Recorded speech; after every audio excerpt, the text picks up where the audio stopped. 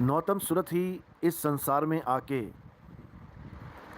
उस परम पिता अचल आत्मा का, उस अचल परमात्मा का भेद बताते हैं।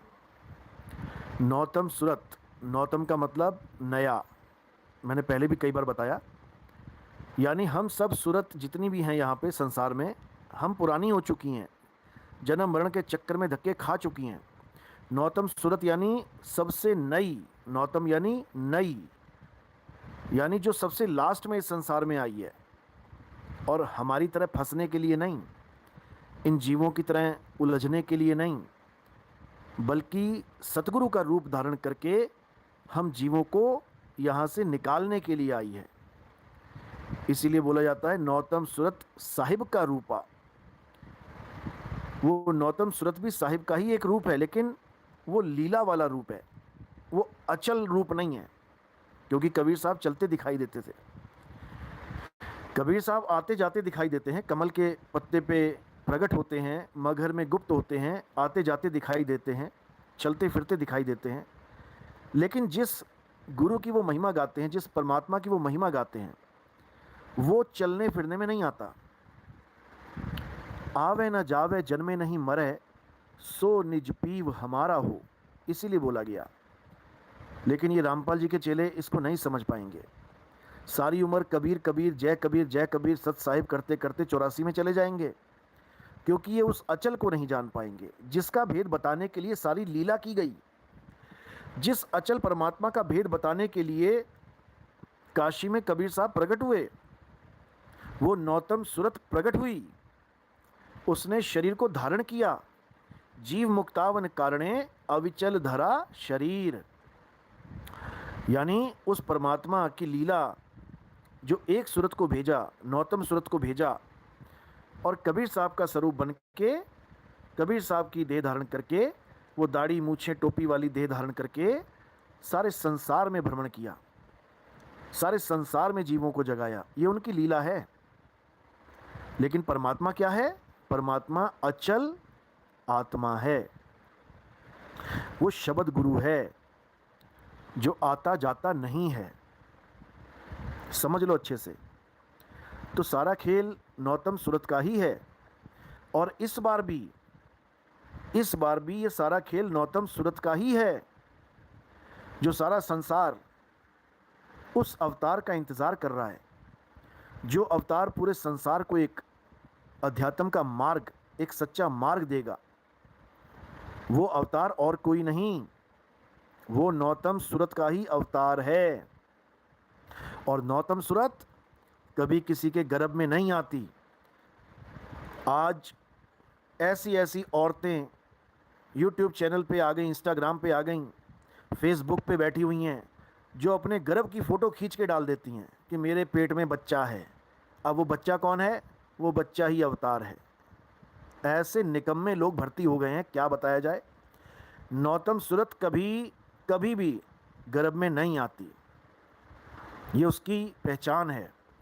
यानी इस संसार का आखिरी अवतार कभी किसी माँ के गर्भ में नहीं आएगा। याद रखो इस बात को अच्छे से समझ के। वो अवतार कैसे काम करेगा, इसके बारे में भी अच्छे से समझ लो।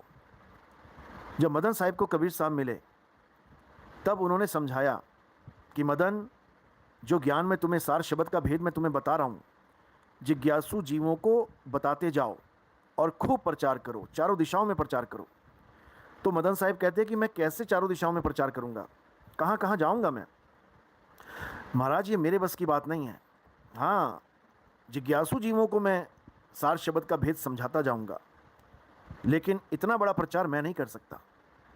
तो कबीर साहब ने मदन साहिब को वहाँ क्या बोला कि चिंता मत कर मदन, ये सारा प्रचार हम ही करेंगे, तुम बिल्कुल फिक्र मत करो। बल्कि तुम्हारे पंथ में भी ऐसे ऐसे साधु आ जाएंगे जो हमारे ज्ञान के विमुख चल पड़ेंगे। यानी मदन साहिब के पंथ में भी ऐसे ऐसे साधु महात्मा आ जाएंगे जो अचल आत्मा यानी सार शब्द को छोड़ के कोई प्रकाश का प्रचार करने लग जाएगा, कोई शरीरों का प्रचार करने लग जाएगा कि परमात्मा कौन है? परमात्मा कबीर साहब हैं, उनकी 2 आंखें 2 कान, आंख बाल खाल है, इसी का प्रचार करने लग जाएंगे। कोई कहने लग जाएगा कि आत्मा और परमात्मा आहार विहार करते हैं, खाना भी खाते हैं और घूमने भी जाते हैं। ऐसे ऐसे निकम्मे मदन साहिब के पंथ में आ जाएंगे। ये कबीर साहब ने उसी वक्त बोल दिया था जब मदन साहिब के साथ मुलाकात हुई थी। तो क्या बोला था उन्होंने बिल्कुल स्पष्ट बोल दिया था कि बहुत मदन में पंथ चले हैं, बहुत ज्ञान कथ के समझई हैं, ताकि बात न मानो एका, और सार शब्द में राखो टेका। सार शब्द में राखो टेका। सार शब्द। ऐसे ऐसे मदन साहिब के चेले भ्रमित होके गुरुवाई करने लग गए हैं, जो सार को अलग और शब्द को अलग बता रहे हैं। कह रहे हैं सार अलग चीज़ है, शब्द अलग चीज़ है। इन मूर्खों को कोई समझाने वाला नहीं मिला, इन मूर्खों को कोई बताने वाला नहीं मिला कि शब्द शब्द में भेद है, असार शब्द और सार शब्द में भेद है। असार शब्दों को छोड़ देना है और सार शब्द को ग्रहण कर लेना है। सार शब्द को ग्रहण करने पर काल भगवान माथा टेक देता है। कहते हैं सार शब्द आए जेहि विधि हाथा, तेहि विधि काल नवावे माथा। तो सार शब्द दो चीज नहीं है कि सार अलग है और शब्द अलग है। ये जयदाता स्वामी वाला कोई आ गया है जो ऐसे भ्रमांक बातें करके जीवों को भरमा रहा है। मदन साहिब के पंथ में धक्के खा रहा था ये, लेकिन इसकी भक्ति पूर्ण नहीं हुई, इसको सार शब्द का बोध नहीं हुआ, बूढ़ा हो गया, मरने वाली हालत हो गई है इसकी। तो इसने गुरु बदल लिया, ये किसी और पंथ में चला गया और वहाँ जाके सार अलग और शब्द अलग ऐसा ज्ञान लेके बैठ गया। अगर पूरे विश्वास के साथ सच्चे गुरु से नाम लेके इसने भक्ति करी होती तो इसका ये हाल ना होता। तो ऐसे आते जाते रहेंगे हजारों लोग, आपने भ्रमित नहीं होना है। सार अलग और शब्द अलग बताने वाला अगर कोई भी मिलता है तो उसको चंद वाणियाँ समझा देना, सुना देना। क्या कहते हैं साहिब? सार शब्द गही बाची हो मानो एतबारा, अक्षर पुरुष एक पेड़ निरंजन वाकी डारा। तो यहाँ सार शब्द क्यों बोला? यहाँ सार शब्द क्यों बोला? कहते हैं सार शब्द है शिखर पर मूल ठिकाना सोए, और बिन सतगुरु पाए नहीं ला कथे किन कोय। यहाँ सार शब्द क्यों बोला? कोई जवाब नहीं होगा इसके पास, क्योंकि ये केवल मन गणत ज्ञान लेके आ गया है और ये किसी और को नहीं, प्रकाश को परमात्मा मानता है। जो हमारे योगी, महायोगी, मुनि, महामुनियों ने प्रकाश को परमात्मा माना, प्रकाश के आगे माथा टेक दिया, प्रकाश को ही सब कुछ मान लिया। जैसे ये गर्भवती जो भटक रही है यूट्यूब पे, इंस्टाग्राम पे, जो अपना मोटा सा पेट दिखा के, गर्भ अवस्था का पेट दिखा के कहती है कि मेरे पेट में, मेरे गर्भ में वो अवतार आया हुआ है। इस मूर्ख औरत को इतना भी नहीं पता कि अवतार गर्भ में नहीं आता। जो आखिरी अवतार है वो कभी गर्भ में नहीं आएगा, इसीलिए उसको कल्कि अवतार बोला गया है। कल्कि यानी जिसमें कोई कलंक ना लगा हो, उसको कल्कि कहते हैं। और गर्भ में आना भी एक कलंक है, समझे? तो ऐसे मूर्खों से सावधान रहना। एक से एक आएंगे, 36 आएंगे, लेकिन आपने भ्रमित नहीं होना है। जो परमात्मा है वो कभी गर्भ में नहीं आता है। जो आखिरी अवतार की लीला है वो गर्भ की लीला नहीं है, नहीं है गर्भ की लीला। इसीलिए ईसाइयों में बोल दिया गया कि ईसा मसीह दोबारा आएंगे और बिना गर्भ के आएंगे, बिना गर्भ के, बिना गर्भ धारण किए आएंगे। तो ये बातें इनकी समझ में नहीं आएंगी, क्योंकि मदन साहिब को कबीर साहब ने स्पष्ट बोल दिया था कि कैसे पंथ चलेगा, बिल्कुल क्लियर बता रखा है। कहते हैं चौथी गद्दी हुई अवतारा, ताका चरित्र विदित संसारा, मेरी बात सांच कर मानो, मदन समझ अपने मन मानो। चौथी गद्दी का विस्तारा, डंका बाजी सब संसारा, हम उनके सिर बैठब आई, और वासे पार कोई नहीं पाई। यानी वो नौतम सूरत उस साधु के सिर पे बैठी है, वही पूरा ज्ञान प्रचार प्रसार कर रही है, वही अपना कार्य पूरा कर रही है और सब जीवों को अपने घर वापसी का संदेश दे रही है। अभी ये समझ में नहीं आएगा, जब अच्छे से समझाएंगे तब आएगा। तो वही नौतम सूरत, जिसका मतलब है नई सूरत। नौतम यानी नया, और नया मतलब नितिन। नितिन का मतलब ही नौतम होता है। गलती से भी नितिन को शरीर मत मान लेना। नितिन का मतलब होता है सच्ची राह दिखाने वाला। नौतम ही नितिन है और नितिन कोई शरीर नहीं है। अगर नितिन दास को तुमने शरीर मान लिया तो जन्मों जन्म इसी संसार में धक्के खाने पड़ेंगे, बार बार माँ के गर्भ में जाना पड़ेगा। इसलिए बिल्कुल स्पष्ट शब्दों में बता रहा हूँ कि नितिन शरीर नहीं है। ये आँख, ये कान, ये बाल, ये खाल, ये गाल, ये हाथ, ये पैर, ये मिट्टी है। मिट्टी। ये तुम्हें भ्रम भ्रम लग रहा है कि ये नितिन दास खड़ा है सामने।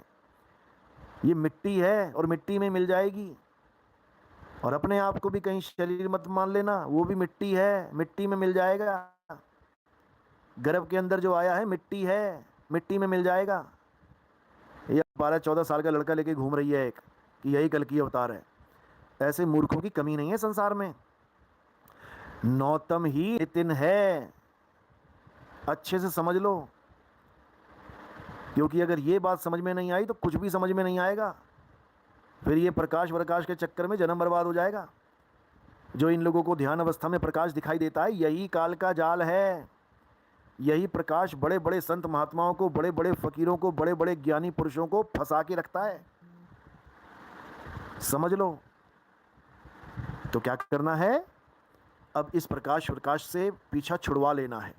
ये सतलोक का प्रकाश जहाँ पे हजारों सूर्य रोमकूप में चमक रहे हैं, ये अलख लोक का प्रकाश जहाँ पे लाखों सूरज एक रोमकूप में चमक रहे हैं, ये अगम पुरुष का प्रकाश जहाँ पे करोड़ों सूर्य एक रोम में चमक रहे हैं, ये अनामी लोक के अनामी पुरुष का प्रकाश जहाँ अरबों खरबों सूर्य चमक रहे हैं। ये सब बकवास है, ये सब अज्ञान है, ये सब थोथा ज्ञान है, ये सब माया का खेल है। ये अंधकार और ये प्रकाश दोनों माया के ही रूप हैं और इसको देखने वाला दोनों से अलग है, दोनों से अलग। उसके सत्य स्वरूप को जानना है। ये अंधकार और प्रकाश को नहीं देखना है। जीवन बर्बाद हो गया लोगों का इसी अंधकार और इसी प्रकाश को देखते देखते।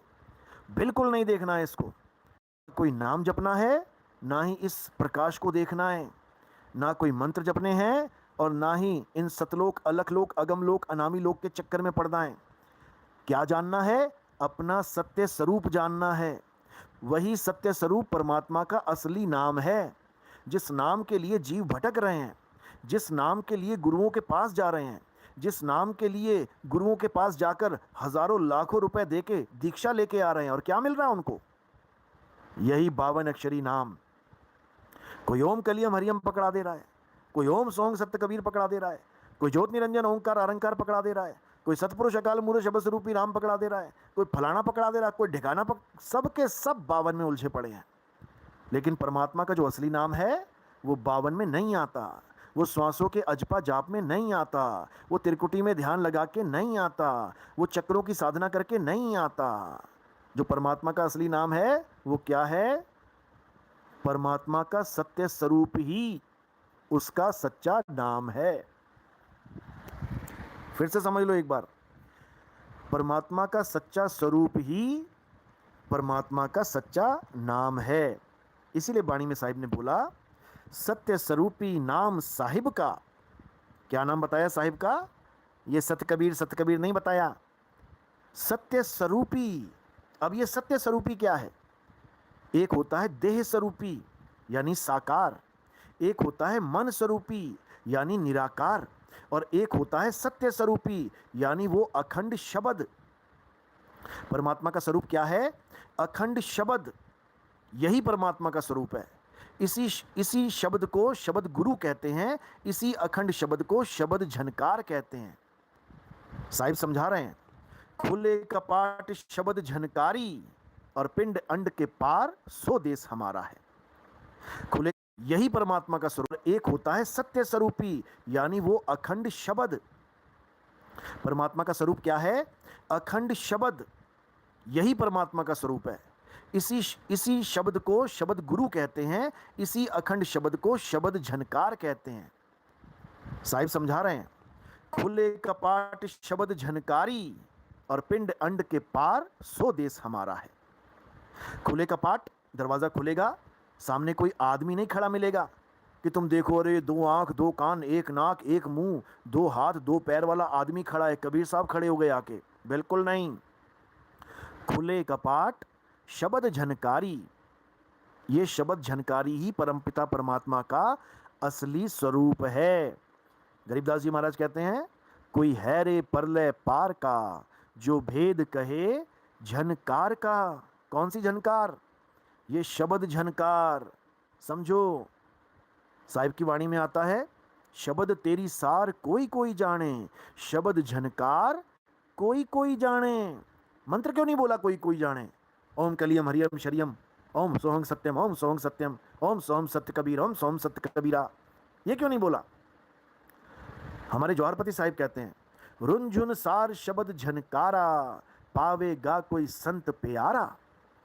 तो भाई ये जितने भी मूर्ख बनाने वाले हैं, जो शब्द झनकार को सत्य ना बोल के प्रकाश को सत्य बताते हैं, ये सब 84 के ढोर हैं। ये 84 में ही जाएंगे, इनको 84 का रास्ता ही दिखाई देगा, इसके अलावा और कोई मार्ग नहीं है इनके पास। ये 84 में ही जाएंगे। झूठा गुरु अजगर बना लख 84 जाए, और सारी संगत चींटी बने तोड़ तोड़ के खाए। इन सबकी दुर्गति होगी। तो क्या करना है अब उस शब्द को जानना है, उस शब्द गुरु को प्राप्त करना है। इतना समझाया कि भाई वो शब्द ऐसा है जिसकी आंख नहीं, कान नहीं, पेट नहीं, कंधे नहीं, बाल नहीं, खाल नहीं, लेकिन ये मूर्ख जीव समझ नहीं पाया, नहीं समझ पाया ये। तो इसीलिए मेरे भाई, अब शब्द को जानो, शब्द झनकार को जानो, और अगर इस पंथ में आना है तो ये नहीं सोचना है कि मैं 2 साल 3 साल 4 साल भक्ति करके मुझे कुछ नहीं मिला, अब मैं छोड़ रहा हूं। मूर्ख है वो इंसान जो समय के चक्कर में पंथ को छोड़ता है। अरे कबीर साहब कहते हैं, राम नाम रटते रहो जब लग घट में प्राण। यानी गुरु ने जो भेद बता दिया है, जो राम नाम को रटने का मतलब ये जीव से रटना नहीं, जीव से नहीं रटा जाएगा, ये सुरत के द्वारा रटा जाएगा। यानी लगन लगेगी, बार बार उसको याद करना है, लगातार उसको याद करना है, सिमरन करना है, जाप नहीं करना। कहते राम नाम रटते रहो जब लग घट में प्राण, और कब हूं दीन दयाल के भनक पड़ेगी कान। नहीं समझ में आता, लोगों को भटक जाते हैं बेचारे। तो भाई नुकसान तुम्हारा ही है। और मैं तो कहता हूं कि इस पंथ में आने से पहले तुम और पंथों में चले जाओ, कोई बात नहीं, चले जाओ, लगा लो 10-10 साल, कोई बात नहीं, लगा लो 20-20 साल, कोई बात नहीं, लेकिन इस पंथ में अगर आना है मेरे भाई, तो सिर धड़ की बाजी लगा के आना है। यानी लास्ट तक हमने इस रास्ते को, इस मार्ग को नहीं छोड़ना है। द्वार धनी के पड़े रहो, धक्का धनी का खाओ, अरे कबहू धनी निवाजी हैं, जो दर छाड़ना जाओ। जो मरते दम तक इस दरवाजे को नहीं छोड़ेगा, उसी के लिए दरवाजा खुलेगा। खुले कपाट, शब्द झनकारी। तो इन मूर्खों को, जिनको अनुभव नहीं हो पाया, इन मूर्खों को परमात्मा कभी नहीं मिल सकता। ये प्रकाश के सागर में ही गोते खाएंगे, उसी में डूबेंगे और 84 में जाएंगे, क्योंकि ये सारा संसार ही प्रकाश के द्वारा निर्मित होता है। अव्वल अल्लाह नूर उपाया, कुदरत के सब बंदे, एक नूर ते सब जग उपजिया। सारा संसार किससे बन रहा है? नूर से। और ये सब किसको अल्लाह मान रहे हैं? नूर को। ये सब किसको परमात्मा मान रहे हैं? नूर को।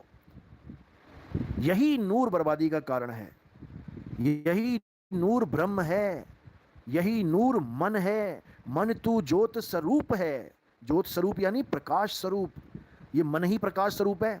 इसीलिए अनुराग सागर में जब 16 पुत्रों में मन की यानी निरंजन को पैदा किया, तो तेज बोला गया उसको कि तेज। तेज यानी प्रकाश ही प्रकाश, तेजोमय चेहरा, तेजोमय स्वरूप। यानी वो इतना तेज था, उसमें इतना प्रकाशित था, इतना सुंदर था कि क्या बताया जाए। और रामपाल के चेले उसको इतना कुरूप बना देते हैं, इतना कुरूप, शैतान बना दिया बिल्कुल। अरे मूर्खों, अगर वो कुरूप होता तो क्या उस पर कोई आसक्त होता? उसका चेहरा देख के भाग जाते सारे। कौन हाथ खड़ा करता कि मैं चलूंगा, मैं चलूंगा? जो तुम कहते हो कि पहले हंस ने हाथ उठाया तो उसको शेरा वाली माता बना दिया परमात्मा ने कि जा तू औरत बन जा। बताओ, इतनी, हरियाणवी में कहते हैं भुंडी शक्ल इतनी भुंडी शक्ल देख के कोई हाथ खड़ा करेगा? निकम्मो, तुम्हारे सामने काल खड़ा हो जाए, भले हजार युग तक एक पैर पे खड़ा हो जाए, तुम क्या हाथ खड़ा कर दोगे उसके साथ जाने के लिए? बेवकूफ कहीं के। अरे वो तेजोमय है, वो इतना प्रकाशमय है, जो अलख लोक में बैठा है अलख पुरुष बन के, सतलोक में बैठा है सतपुरुष बन के, अगम लोक में बैठा है अगम पुरुष बन के, और अनामी लोक में बैठा है अनामी पुरुष बन के। तुम्हारी हालत खराब कर देगा वो तेजोमय। वही है तेजोमय काल भगवान। तो क्या करना है? अब उसका पीछा छोड़ देना है और अपने सत्य स्वरूप को जानना है। सत्य स्वरूपी नाम साहिब का, सो निज नाम हमारा। बस इसको समझना है। जिसने इसको समझ लिया उसका कल्याण हो जाएगा, और जो नहीं समझ पाया वो ऐसे ही जन्म मरण में धक्के खाएगा। बोलिए सतगुरु बंदी छोड़ सतगुरु सत्य कबीर साहिब की सदा ही